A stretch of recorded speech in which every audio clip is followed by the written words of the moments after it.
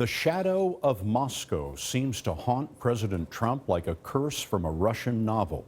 Last night, the president fired his national security advisor after government surveillance showed that Michael Flynn wasn't honest about his contacts with Russia's ambassador to the U.S. This comes weeks after U.S. intelligence said that Russia hacked Democratic computers to influence the election. And after Mr. Trump's campaign manager, Paul Manafort, was fired in part for his links to pro-Russian forces in Ukraine. Now the FBI is investigating whether Flynn lied to its agents and whether he violated a law that bans private citizens from negotiating with foreign countries. Flynn's talks had come before Mr. Trump was inaugurated. Major Garrett is following this. The president was very concerned that General Flynn had misled the vice president and others. White House Press Secretary Sean Spicer said Michael Flynn's forced resignation came down to one word: trust. The president evaluated the trust aspect of it. It was a matter of trust. He no longer had the trust of his national security advisor, or the erosion of that trust was frankly the issue. In his resignation letter, Flynn said, "Unfortunately, because of the fast pace of events, I inadvertently briefed the vice president-elect and others with incomplete information regarding my phone calls with the Russian ambassador." Those events began on Christmas Day when Flynn called Russia's ambassador to the U.S., Sergei Kislyak. The call was supposedly an exchange of Christmas greetings. 3 days later, Flynn called the ambassador a second time.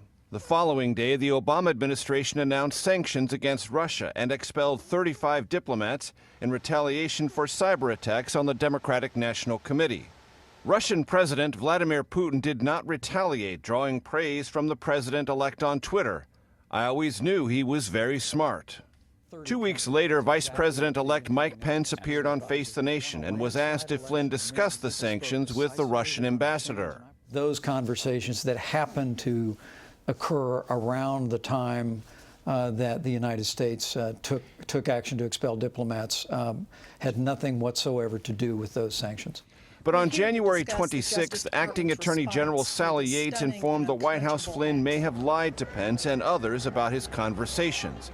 The president was briefed by White House lawyers that day. 4 days later, Yates would be fired by the president in a dispute over his temporary travel ban.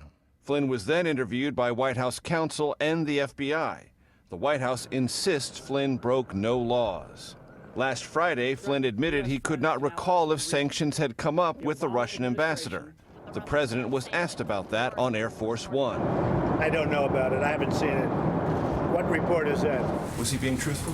No, what he was asked specifically is, was he aware of a Washington Post story? He hadn't seen that at the time. Of course he was involved. I just said that he was aware of the situation right after the White House counsel informed him back in January. Did the president instruct him to talk about sanctions? No, absolutely not. No. But no, and there's no, that's never. So would you prefer he had not done that? Well, I think the president had no problem with the fact that he acted in accord with what his job was supposed to be doing. In an interview with the Daily Caller hours before he resigned, Flynn said, "There were no lines crossed. It wasn't about sanctions. It was about the 35 guys who were thrown out. It was basically, look, I know this happened.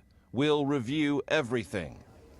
Sources tell CBS News the vice president first learned of Flynn's deception on Thursday, and from news reports, Scott officials here insist the vice president was not purposely kept in the dark for 2 weeks, but they say the White House counsel's office was instead focused on whether Flynn broke laws, not communicating to senior officials about inaccurate statements Flynn made to them. Major Garrett at the White House.